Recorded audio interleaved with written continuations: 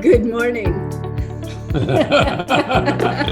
afternoon. Good evening. Welcome to being here. I'm Ariel. I'm Shia, and the name of the podcast is Being Here.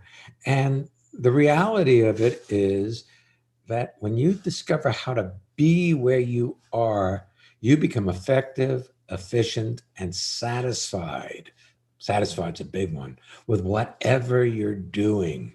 You may be efficient at other times, but if you haven't discovered how to be here while you're doing things, chances are you're far less effective, and certainly satisfaction is elusive, or it wanders through like a whiff on the breeze, but it's not here day in, day out, project to project. Moment to moment. It really is all about. Satisfaction is a function of being where you are while you're doing whatever you're doing. So, since what you're doing now is listening to our podcast, we suggest you allow what's being said to come into you rather than filter it through what you believe to be true or you already know or the way your universe is wired. See if you can hear something rather than think about it. I know this sounds a little odd, perhaps not to you if you've listened to us for quite a bit, but when you slow down to listen, you're capable of accomplishing things more quickly. I often find that if I'm rushing or my rhythm starts to speed up to what could be perceived as a rush, I might bang into things like a dish may hit I see that something. Like when I'm making breakfast. Mm-hmm. If I do it slowly enough, it gets done much more quickly. Mm-hmm. Otherwise, things burn because you're doing too many things at once, so you don't really have control of the flame under the eggs. Well, what's interesting is you may make a similar meal many breakfasts. Yes. And they don't burn, and they happen faster on the days you're going slowly. That's right. So let's slow down and listen to each other. I'm listening to Shia. Shia's listening to me. Well, it sounds like I cut you off a moment ago. But we forgot to tell you that we do finish each other's sentences. Yes, and that's intentional. But you know what else? He's demonstrating if there are tenets to transformation and to transformational time and project management. The first thing is there's no such thing as an interruption. Now, if I was mid-sentence and Shia says something, which often happens with the two of us, and I didn't let go of what was being said and listen, which often enhances where I was going anyway. And in general, it doesn't really matter. It just is a dovetailing in our communication style.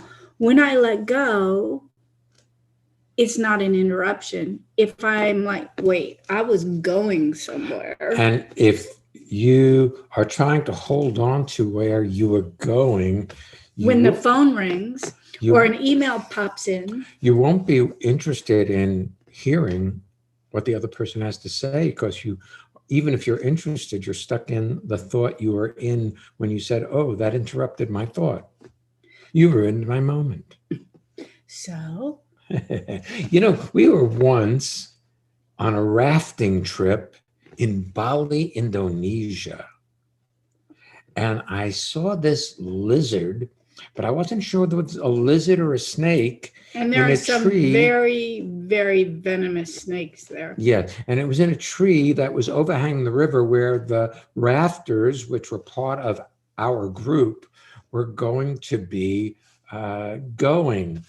And there was this one fellow, he was a filmmaker, and he wanted to look at this lizard snake, and I came up and I splashed it with my oar or paddle.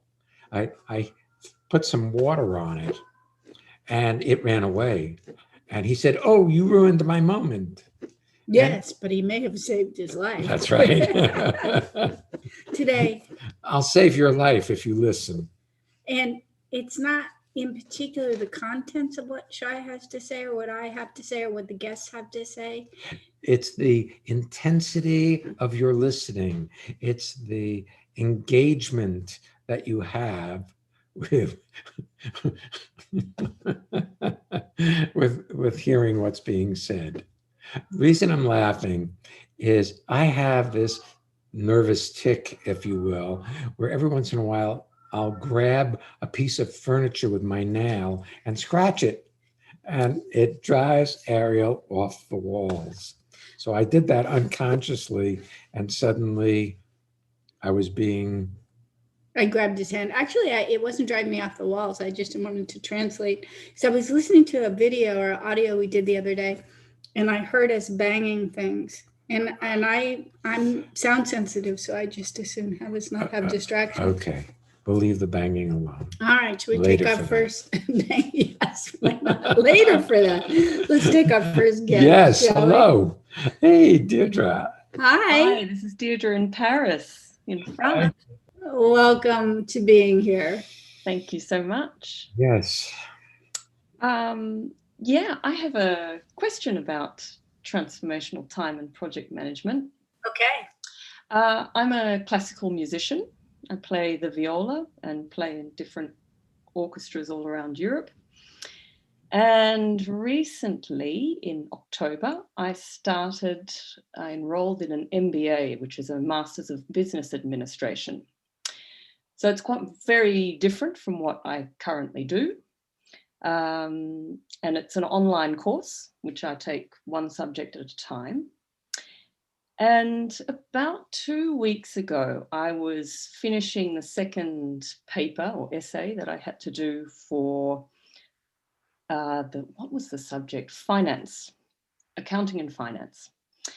And I got to the end of the day and I thought, wow, I'm really tired. I've worked really hard today. I'm going to have an early night. And then when I actually looked back over the day, I realized I'd probably actually only done concentrated work for about 2 or 3 hours. Whereas in my head, when I got to the end of the day, I thought I've really done a full 7-8 hour day of concentrated work. And I realized what I felt I saw then was that in all the times that I wasn't actually doing the work, I was stressing about doing the work, thinking, this is hard. I've got to work harder. What will I do? What will I look up next? And Deirdre? yes. I think you are under-reporting. Yeah. The whole time you were working, you were editing yourself as to how well you're working and how well you're doing, and if you're doing it right. Yes.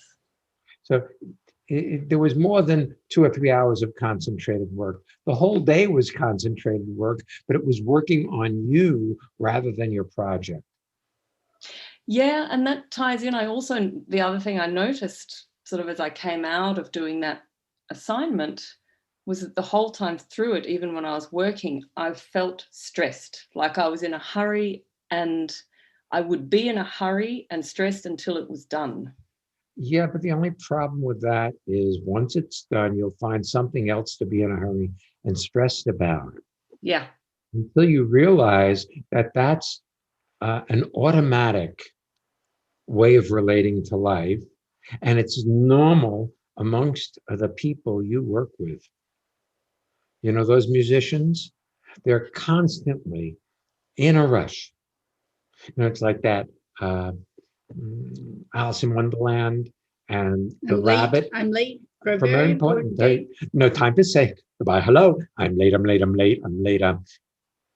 There you go. Yeah, very much. You know, taking a slight different access way into what Shai was talking about, I see that you are currently wearing glasses. And I have a feeling when you get ready to work on a project, like in this case, accounting and finance, you put on your glasses first. I'm not sure I'm very good at this subject. I don't know what I'm doing. This is not my favorite. Will I succeed? And you're looking through a pre-stressed lens. And even when you said concentrated work, you kind of squinched your eyes because we are doing this via Zoom video and we can see you. Yeah. You have a picture of effective, and it includes tension. Probably because you, as Shai was saying, you have spent so many years doing so many different disciplines that you've been very successful at, but it started from a tense place when you thought you didn't know what you were doing, and then your mind compresses that together as a success strategy. So when you sit down to do something new, you put on your stress glasses. The other thing is this: I have a feeling that you were raised by people who had that stress in their everyday life, and it became so a part of and incorporated into the successes you had. You feel like you have to be stressed in order to produce something of value. If it happens easily, then, what good is that? This morning, I was tying some fishing flies and I picked up a tool. It's called a dubbing needle.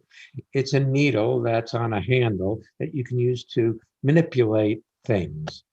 And I realized that it had been burnt at some point and had no strength to it.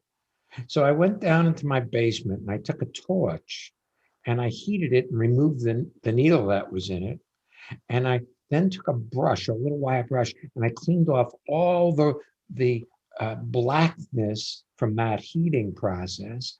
And it was this beautiful brass piece of art almost. Came back upstairs to my fly tying area, found a beading needle, because I have all these things. I collect eclectic stuff that I find in craft stores and such. So I took this beading needle and cut a piece of it off and then fitted it into the handle or the of this piece of brass, and it fit perfectly. And then I just put a little drop of glue in there and put it together, and it was done in no time. But it was like so easy because I wasn't thinking, I don't know what I'm doing. When you think that's the thing, Deirdre, your starting place is I don't know what I'm doing. So you're not just doing what you're doing, you're pinging back and forth through that idea. The other thing is this, my dear. Your mind is so amazingly sophisticated and complex and effective. You look at a piece of paper that has little squiggles and lines, and you turn that into music, beautiful music. In the correct key. In the correct key, and you do it perfectly. How can a person who is that brilliant not be able to write an essay on finance? Yeah, and I find it fascinating to watch myself do it. And I actually set my task for each unit that you take in this MBA. You have 2 assignments, one after 2 weeks and one after about 5.5 weeks. And I noticed how stressed I was about the first assignment in the finance one. And I set myself the task in a way of saying, whatever comes from this second assignment, I'm just going to keep trying to have fun and keep coming back to enjoying it. And it did help me a bit, but I must say, yeah, there was a lot of stuff that was still there. And also as I was getting to sleep at night, that my brain would just keep on going ding, ding, ding, ding, ding. Okay, so now we got to talk about the 3 principles of instantaneous transformation. The first one is anything you resist, don't like, wish were different, comes to bed with you at night and keeps you awake and goes ding, ding, ding, ding, ding. That's the first principle. Anything you resist persists and grows stronger. The third is anything you allow to be exactly as it is completes itself in an instant. The second is life shows up the way it does. Exactly. They have this saying, it is what it is. Well, it is what it is, but that's not bad. That's good because you've got something to work with because you know what is. What drew you to doing this MBA? I started to get a bit less inspired by music. It was not feeding me as much as it used to, and quite tired from touring all the time. I really believe, that you've been enrolled in the complaint reality of the other musicians in your orchestra. Mm-hmm. I believe that is the beginning, middle, and end of this. And if you didn't have the thought, this isn't it, which was imposed upon you from outside, from all these other people who play this song, this isn't it, they play it in harmony, you know? I've been doing Zumba lately with a friend of ours, very talented coach for physical movement, Juta. And one of the things that happens is she puts different pieces of music together, different rhythms from around the world, and 10 minutes of this, 5 minutes of that. But she often uses similar or the same music from class to class for certain pieces of it. Last night, I woke up in bed and I was singing some of that music to myself, which was okay because she plays uplifting music. Like, I will do anything, for you, and it's kind of fun. But if you've been listening to This Isn't It, I'm too old for this, I better find another profession that will keep me when I can't, my arthritic hands will not play the viola anymore. Yeah, and that certainly had something to do with it as well, because around the middle of last year, I had an issue with a vein in my finger, which kept exploding, and I couldn't, the vein kept exploding, not the actual finger. And I didn't play for 2 or 3 months while that healed. And it was in that time, I'd been thinking about doing an MBA or a PhD. I was kind of not quite decided between the two for a while. And in that time, it's absolutely right. That was one of the things that... Both of those words, MBA or PhD, where's the passion and the fun in that, and the desire to learn something new? It's more like, well, I better move to this other thing. It's about fear of the future and how it's going to turn out. The other day I had Ariel buy me several hundred fishing hooks on the internet, different types of hooks. You get 50 of one size per packet. So I got several hundred. I'm 80 years old. How many flies can I tie? I've got a lifetime of hooks already. Like, don't you want one more package? You'll get free shipping. Yeah, sure. Throw it in. It was like, darling, you can be passionate about your life as it is, not when you get some false sense of security because of a degree. Now, I have a sister-in-law who has an MBA, and she's not a terribly happy person. Now, don't get us wrong about something, and I think there might be people listening who might get us wrong. We're not saying don't get your MBA. And we're not saying anything about higher education. It is entirely possible that you can leave this conversation and discover the true passion you have for learning and discovering new things that is hidden just below or is refracted away by these complaint glasses you've got. And the idea that you're not good and you need this to improve yourself because you're really not so good enough and you need more in order to be okay. Yeah. That's right. Very good image. And yeah, it was actually one of the first thing that popped into my head when you pointed out kind of how I'd said a PhD, MBA, was that of the few subjects that I've done thus far, each one has been fascinating, like really, and I've been surprised at how fascinated I was by even the finance one. I had the assumption that this was not for me and this was going to be quite dry. It was fascinating. So there is underneath there, I feel a bubbly excitement. That's great.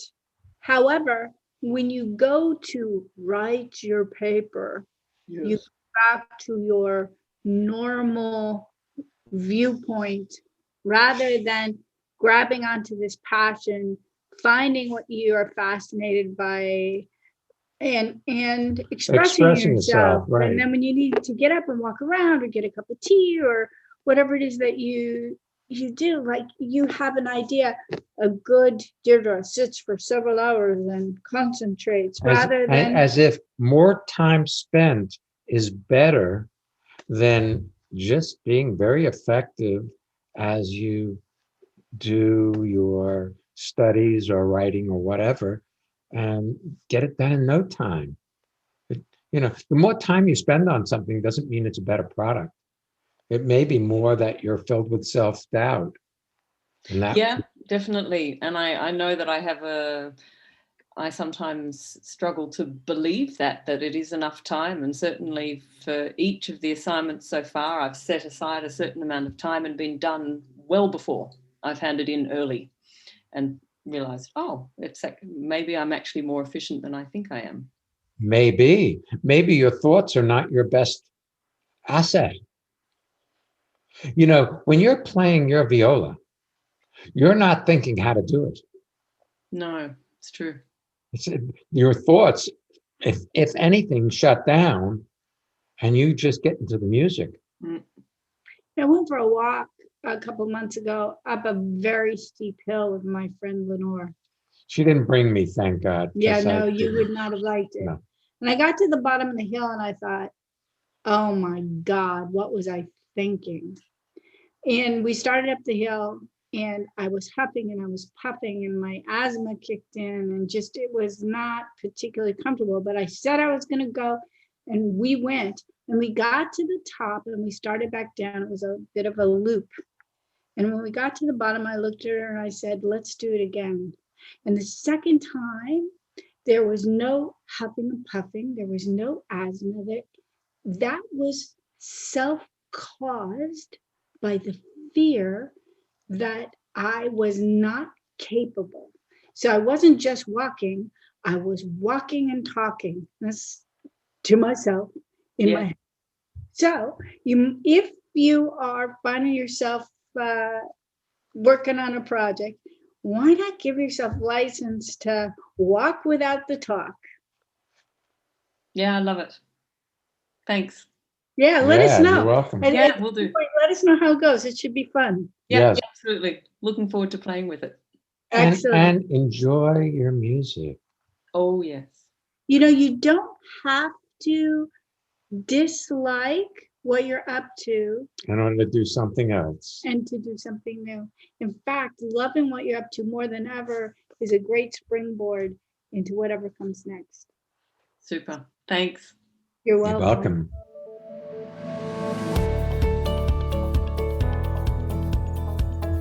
Now it's your turn. Let's hear what one of you listeners has to say about being here in the transformation community. Hi, I'm Ralf from Cologne in Germany. And with transformation, I found a way to feel good in myself and to feel awesome no matter what the circumstances are. And I find that especially in these days during the pandemic, when I oftentimes have the feeling that everybody around me is upset, and I can pick it up and also can get out of it again very quickly with the support of that transformational community. And that's great to live your life, to live my life as if it is my idea. Do you want to have well-being with consistency?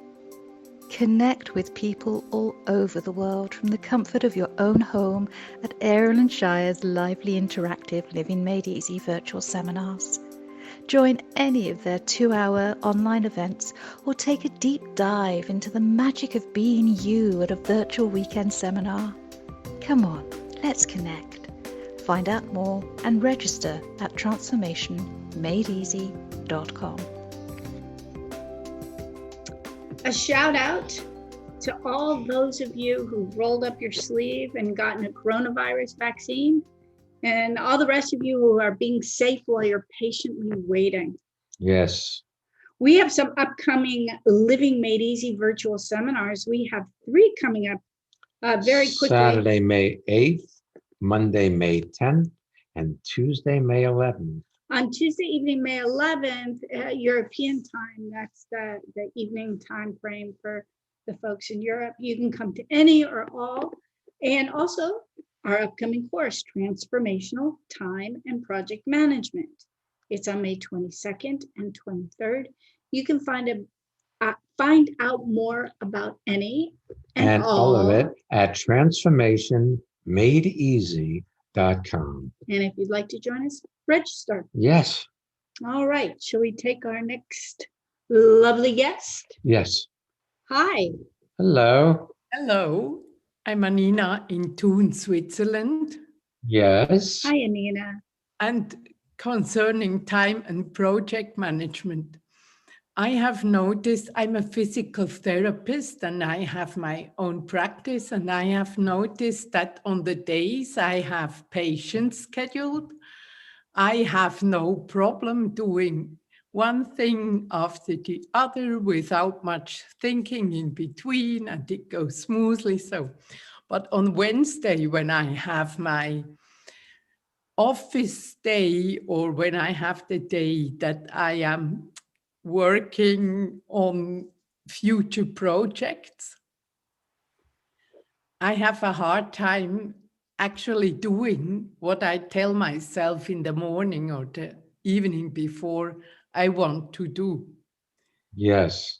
I have a suggestion.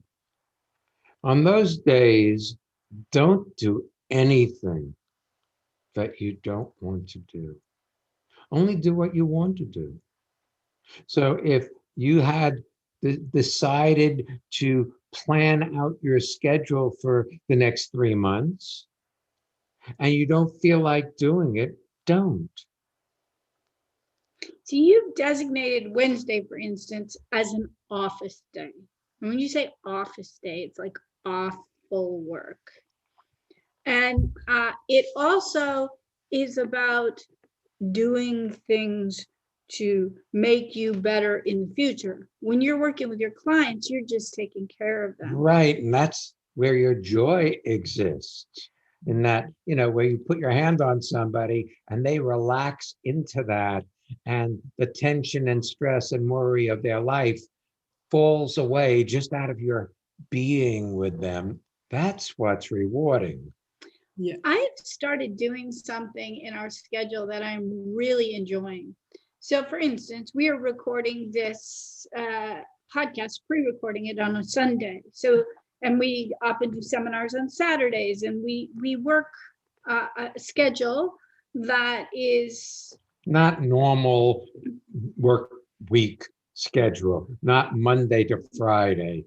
So one of the things I've noticed I can do is I can schedule this every single day of the week. And that hasn't been the most effective nor the most fun. So I have done something. In the past, I used to give us days off. I no longer give us day off. I give us open days. And on the open days, I get up and I look at what would be fun to do. It is shocking how many projects that have lingered around our office or our home, or cupboards that have been messed up for a while, or drawers it's like, oh, that would be fun. And I do it in a very short period of time. And it's interesting how easy it is to go through, answer, handle, deal with, have fun with hundreds of emails on an open day. Because the moment it stops being fun, I get up and do something else. Well, let me do the laundry. Oh, I've done in my mind, and I have a feeling you have this too. If I have a project, I have a picture, I have to do it from beginning to end until it's complete. But if I have 4 different colors of clothes and I do the first 3, and I don't want to do the last set on the open day, I don't do them. They aren't needed. I don't have to, quote, complete it in order to be a better me.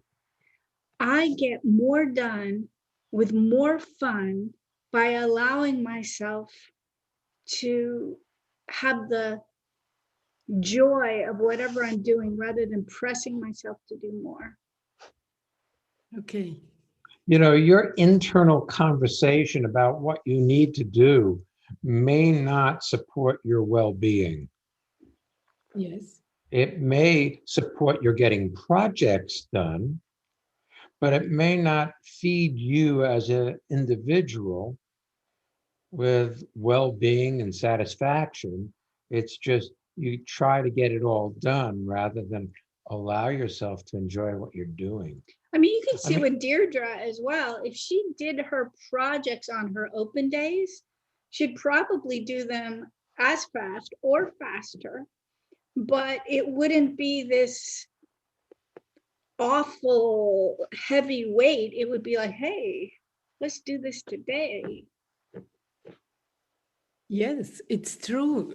Sometimes on a Saturday or Sunday, I mean, I can do this planning stuff and then not doing any of it on Saturdays and Sundays as well. But sometimes when I really do, your cat is in the background, so funny. Yeah, she's playing with her. Yeah. Oh, yeah. It does that. Well, she's very efficient, Anina. I know you were about to say something, but our cat plays with something until she's done with it, and then she moves on to the next thing. And she allows herself to take naps. And I really think allowing yourself, she's now laying on the floor going, oh, don't you want to pet me? Allowing yourself to take naps can also be something that is supports your being efficient and creative. Yes. So anyway, you were saying it's gone. Oh, good. That's good. It's gone. It's just that the thing with taking naps. Mm-hmm. Sometimes I have the idea or the inkling a nap would be good now, but I have such strong stories against napping. Oh, what does napping mean in your stories? It means lazy, not really interested in life, living life fully. So, and for me, it also sends me good. back, you know, when I was in kindergarten in first grade, they made us take naps. But when I got older, I graduated from that. So it's like, but if you take a look at some of our friends who in particular have had coronavirus, and the more that we've encouraged them to rest when they rest, and you see what happens for them, you don't have to get sick to give yourself permission to rest. yes. Yes, and I've been having 2 cats for the last half year, and sometimes they come and invite me to lie down. That's right. Yeah. They're smart. You should listen to them. You know, we have a thing called Kitten Chronicles, and there was one kitten chronicle I wrote called something like a kitten meditation, where my cat invited me to lay down, and I wasn't in particularly tired, but it was just so intimate and sweet, and everything relaxed and slowed down. And you know, when you relax and slow down and get in sync with your life, you become so much more efficient at everything that you do. Mm-hmm. You know, you do it with ease. I mean, I've just enjoyed this morning so much because I did so many little things that required intricacy, and I was there when I did them, and I enjoyed what I was doing, not trying to get over with anything. Yes. Me too. I actually did all of my emails.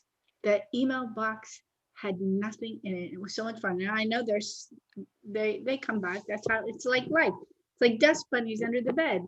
It's not about completing it and then saying, that's it, it's done. It's about the joy of doing it in this moment, moving on to something else. And Yeah, I was thinking about that the other day, how dust keeps falling from wherever it falls from the atmosphere.